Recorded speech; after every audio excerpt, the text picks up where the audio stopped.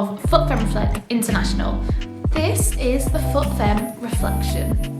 So, after such an interesting series of videos chatting to girls and women that have grown up playing football across the globe, I wanted to do a sort of summary video of the very interesting things that I have learned. Firstly, thank you to everyone that took part in this series of videos, and also apologies for my very novice filming skills. There was also a few videos that I've not been able to use because of the wind in Edinburgh, so apologies for everyone who I did film with and then wasn't able to use the videos in the end, and thanks anyway for taking part. So in this series of videos we have heard from Helena, who spoke about Thailand, Anna spoke about Russia and Italy, Ava spoke about Ireland, Fran spoke about France, Christina spoke about the USA, Cora spoke about the USA, Feline spoke about Thailand and France, and Linda spoke about Greece and Austria.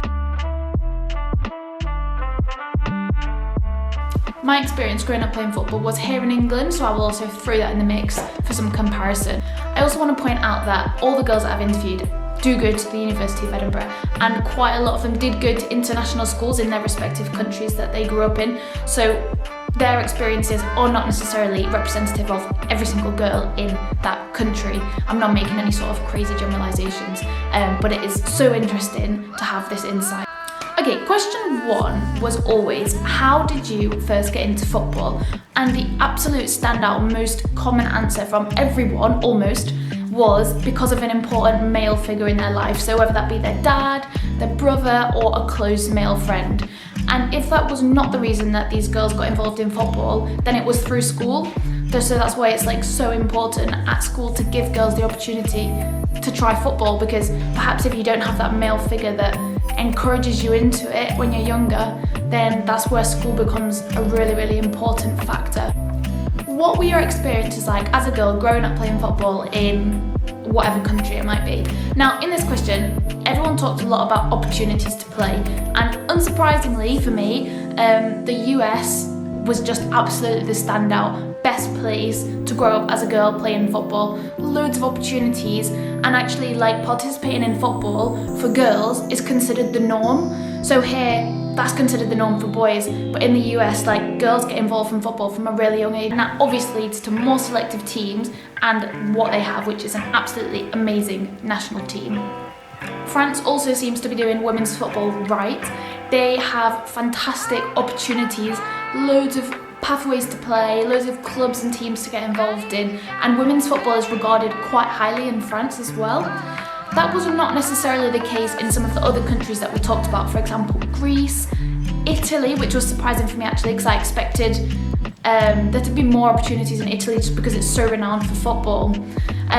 Also Ireland, women's football, Ava said that there was just not much going on, and that was obviously quite similar to my experience in terms of just not loads of opportunities to play locally. Interestingly, in Thailand, Greece, Italy, and to some extent Ireland, girls didn't have that many opportunities to play, well, I say not many, essentially very, very, very few opportunities to play with other girls in girls' teams, and their experiences growing up playing football were in boys' teams, so there might be one or two girls on the team.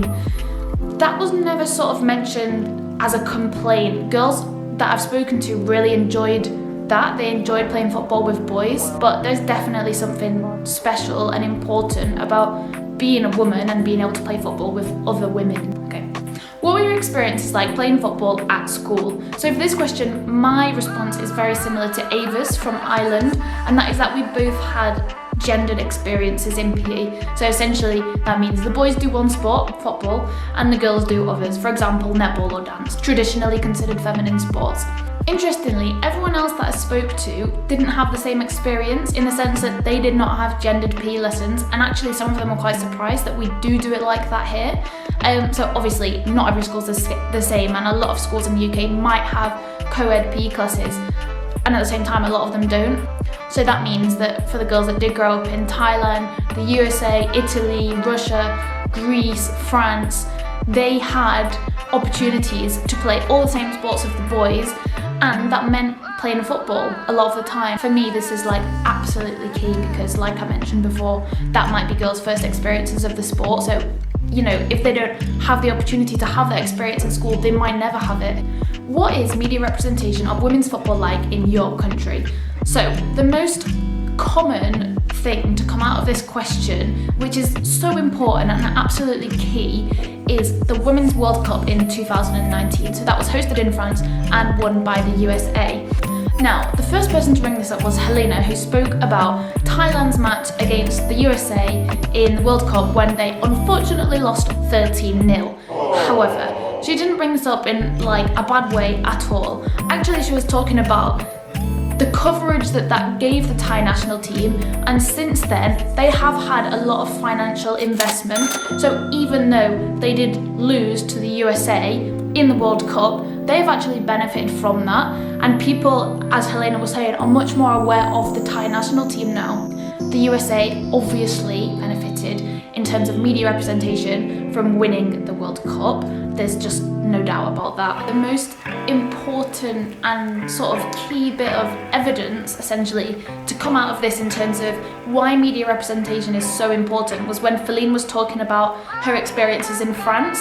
So obviously the World Cup was hosted in France in 2019, and at the time she was playing at a club in Paris, and she said that she actually saw firsthand the impact that had on girls getting involved in the sport. So the World Cup took place, and straight after that, I think she said that there was, for each age group, there was a new team. Loads and loads and loads of girls saw what was happening on TV. They saw that, whoa, these girls can play amazing football, and they thought, I can do that too. And also, very importantly, like, their parents also see that and think, hey, like, my daughter could go and have a go at football. And that is the power of media representation. That is what it can do. You cannot be what you can't see. So allowing girls to see amazing female footballers on TV is absolutely key. In Russia, Italy, Greece and Ireland, Anna, Ava and Linda talked about this very minimal coverage of women's football in the media. And I have to say that up until now, I believe that situation is very similar to here in England, in the UK. However, that is about to change next season, as I have mentioned in a couple of videos. Sky and the BBC have signed a broadcasting deal, which basically means that they will be broadcasting the Women's Super League for 3 years as of next season, which is just fantastic, amazing news. As I have mentioned, that means that we'll essentially be world leaders in terms of broadcasting women's football. The final question is, what does football mean to you? Now, firstly, football to me, obviously, is very important. Basically, my whole life, in some sense, revolves around football. Through training, you obviously develop a lot of physical strength and a lot of determination and a lot of resilience. And you're very committed to sort of training your body to be strong. And then it's through that development of physical strength that I believe you get a lot of mental strength in your character and in how you are, essentially.